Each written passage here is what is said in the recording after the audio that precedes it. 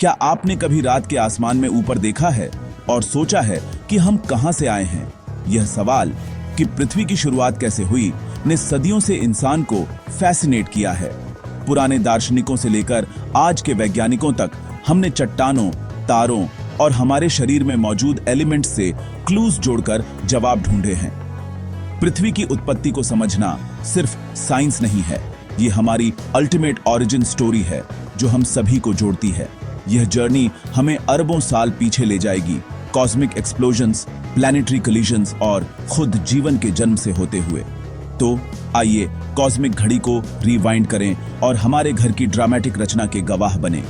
पृथ्वी की एपिक कहानी से अमेज्ड होने के लिए तैयार हो जाइए। हमारी कहानी बिग बैंग से शुरू होती है। लगभग 14 अरब साल पहले स्पेस और खुद समय का एक एक्सप्लोजन। एक पल में यूनिवर्स एक सिंगल इन्फिनिटली डेंस पॉइंट से एक विशाल, गर्म, केओटिक एक्सपेंस में फैल गया।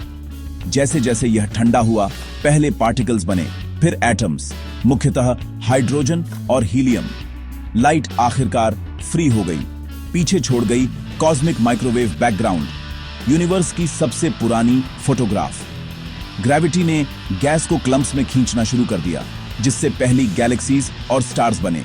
ये स्टार्स प्लैनेट्स और आखिरकार जीवन के लिए जरूरी भारी एलिमेंट्स बनाएंगे। अगले एक्ट के लिए स्टेज तैयार था, हमारे सन का जन्म। अरबों साल आगे बढ़ते हैं। मिल्की वे के अंदर गैस और धूल का एक ठंडा बादल कोलैप्स होने लगा।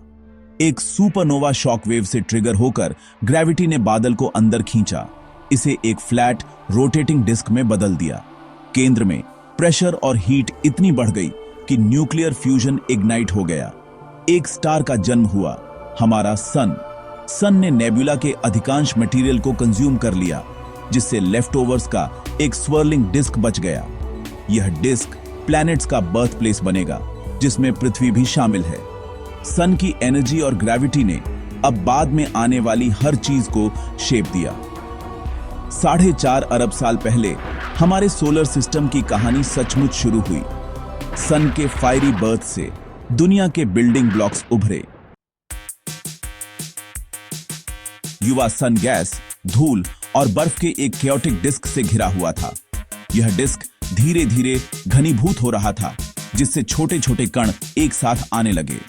सन के करीब केवल मेटल्स और रॉक्स ही गर्मी में सरवाइव कर पाए, जिससे अंदरूनी ग्रहों के सीड्स बने। ये सीड्स धीरे धीरे बड़े होते गए और ग्रहों का निर्माण करने लगे। डस्ट ग्रेन्स एक साथ चिपक गए, प्लैनेटिसिमल्स कॉस्मिक बिल्डिंग ब्लॉक्स में बदल गए। ये प्लैनेटिसिमल्स एक दूसरे से टकराते रहे और बड़े होते गए। असंख्य कोलिजन्स के माध्यम से ये बड़े बॉडीज में मर्ज हो गए। आखिरकार मर्क्यूरी, वीनस, अर्थ और मार्स बने। इन ग्रहों ने अपने अपने ऑर्बिट में स्थिरता पाई और दूर फ्रॉस्ट लाइन से परे बर्फ सरवाइव कर सकती थी, जिससे प्लैनेटिसिमल्स मैसिवली बड़े हो गए। ये आइसी प्लैनेटिसिमल्स ने विशाल ग्रहों का निर्माण किया। इन जायंट्स ने हाइड्रोजन और हीलियम को कैप्चर कर लिया। जुपिटर, सैटर्न, यूरेनस और नेपट्यून बन गए। ये ग्रह अपने विशाल आकार और गैसीय संरचना के लिए जाने जाते हैं। सोलर सिस्टम रॉकी वर्ल्ड्स और गैस जायंट्स का एक परिवार बन गया, हर एक डिस्क में अपनी जगह से शेप्ड हुआ। यह एक अद्वितीय और जटिल प्रणाली है। इस कॉस्मिक कंस्ट्रक्शन के बीच पृथ्वी आकार ले रही थी। यह ग्रह जीवन के लिए अनुकूल परिस्थितियों का निर्माण कर रहा था। हमारे प्लैनेट के ड्रामेटिक जन्म के लिए स्टेज तैयार था। यह एक लंबी और जटिल प्रक्रिया थी, जिसने हमारे सौर मंडल को आकार दिया। 4.5 अरब साल पहले पृथ्वी एक मोल्टन वायलेंट दुनिया थी, जो प्लैनेटिसिमल्स को डिवावर करके बढ़ रही थी। फिर एक कॉलोसल इंपैक्ट हुआ। एक मार्स साइज्ड बॉडी थिया प्रोटो अर्थ से टकराई। कलीजन ने दोनों दुनियाओं को मेल्ट कर दिया, डिब्री को ऑर्बिट में ब्लास्टिंग कर दिया। यह डिब्री हमारे मून में कोलेस्ड हो गया। मून ने पृथ्वी के टिल्ट को स्टेबिलाइज किया, एक स्टेबल क्लाइमेट और टाइड्स बनाने में मदद की। जैसे जैसे पृथ्वी ठंडी हुई, भारी मेटल्स कोर बनाने के लिए डूब गए, जबकि हल्के रॉक्स ने मैंटल और क्रस्ट बनाए।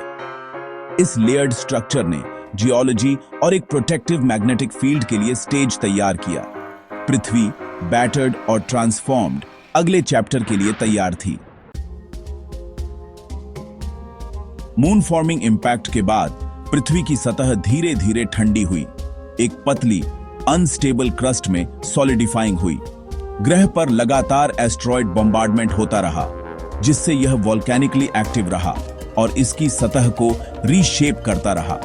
जैसे जैसे क्रस्ट मोटा हुआ, वॉल्केनिक इरप्शंस ने गैसों को छोड़ा और आयरन कोर ने एक मैग्नेटिक फील्ड उत्पन्न किया जो पृथ्वी को सोलर रेडिएशन से बचाता था। प्लेट टेक्टोनिक्स शुरू हुई, क्रस्ट को मूविंग प्लेट्स में तोड़ दिया, जिसने पहाड़ों और महासागरों का निर्माण किया। यह रेस्टलेस जियोलॉजी एलिमेंट्स को रिसाइकल करती थी और क्लाइमेट को रेगुलेट करती थी। पृथ्वी की डायनामिक सरफेस और प्रोटेक्टिव शील्ड हैबिटेबिलिटी के लिए क्रूशियल थे। ग्रह अब सिर्फ मोल्टन रॉक नहीं था, यह पोटेंशियल वाली दुनिया बन रहा था। अगला कदम एक एटमॉस्फेयर और ओशंस।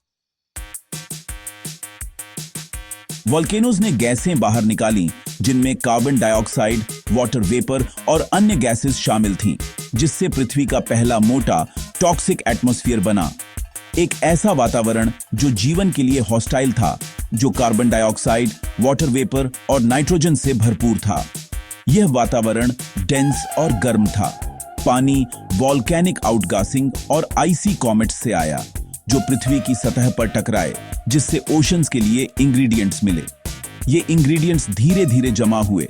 जैसे जैसे पृथ्वी ठंडी हुई, वाटर वेपर कंडेंस हुआ और बादल बने। टोरेंशियल रेन्स को अनलीश किया, जिसने बेसिन्स को भर दिया और नदियों का निर्माण किया और पहले सीज का निर्माण किया। ये सीज जीवन के लिए आवश्यक थे। ओशंस ने ग्रह को ट्रांसफॉर्म कर दिया और जीवन के लिए एक नया हैबिटेट प्रदान किया, मिनरल्स को डिसॉल्व किया और क्लाइमेट को मॉडरेट किया। ये ओशंस जीवन के लिए एक फाउंडेशन बने। मैग्नेटिक फील्ड ने एटमॉस्फेयर को सोलर विंड द्वारा स्ट्रिप्ड होने से बचाया, जिससे पृथ्वी की सुरक्षा हुई।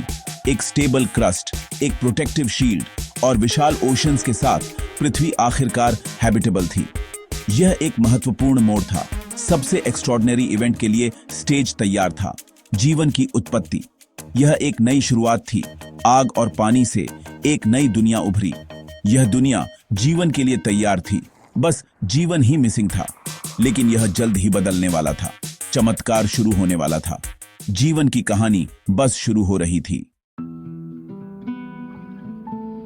शुरुआती ओशंस में एक समृद्ध केमिकल सूप ब्रू हुई, जो मिनरल्स, लाइटनिंग और कॉस्मिक एनर्जी से पोषित थी। यह सूप अरबों साल पहले पृथ्वी के इतिहास का सबसे महत्वपूर्ण स्टेज था, जहां जीवन के बीज बोए गए। हर लहर, हर बिजली की चमक नए मॉलिक्यूल्स को जन्म देती थी और केमिकल रिएक्शंस की एक एंडलेस चेन शुरू हो गई थी।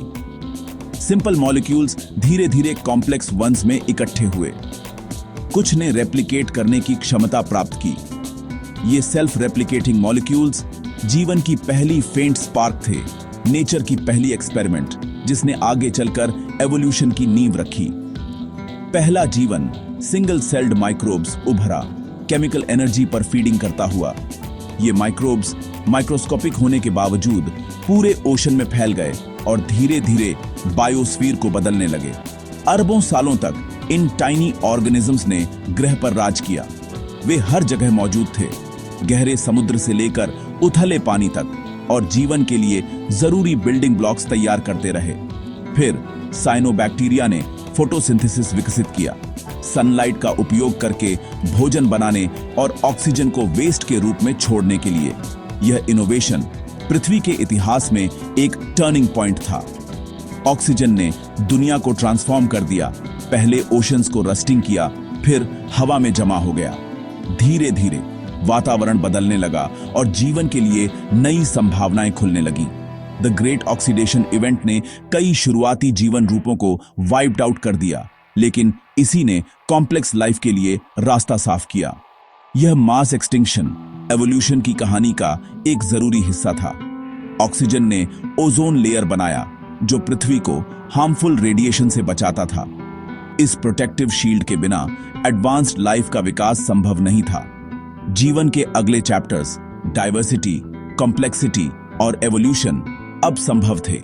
एक ऑर्डिनरी प्लैनेट पर मॉलिक्यूल्स से मिरेकल्स तक की यह यात्रा आज भी हमें इंस्पायर करती है। ओशन में एक स्पार्क से लेकर जीवन से भरे ग्रह तक पृथ्वी की कहानी ट्रांसफॉर्मेशन और रेजिलियंस की है। ऑक्सीजन ने कॉम्प्लेक्स लाइफ को फलने फूलने दिया, पौधे, जानवर और आखिरकार हम स्टारडस्ट के बच्चे हैं, कॉस्मिक चांस और प्लैनेटरी ड्रामा से शेप्ड हुए हैं। हमारा एटमॉस्फेयर, ओशंस और क्लाइमेट अरबों सालों के बदलाव के प्रोडक्ट्स हैं, लेकिन अब हमारे पास अपने ग्रह के डेलिकेट बैलेंस को बदलने की शक्ति है।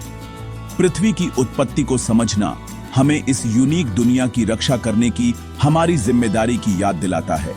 हम एक रिमार्केबल लेगेसी के गार्डियंस हैं। आइए सुनिश्चित करें कि पृथ्वी पर जीवन की कहानी आने वाली पीढ़ियों तक जारी रहे।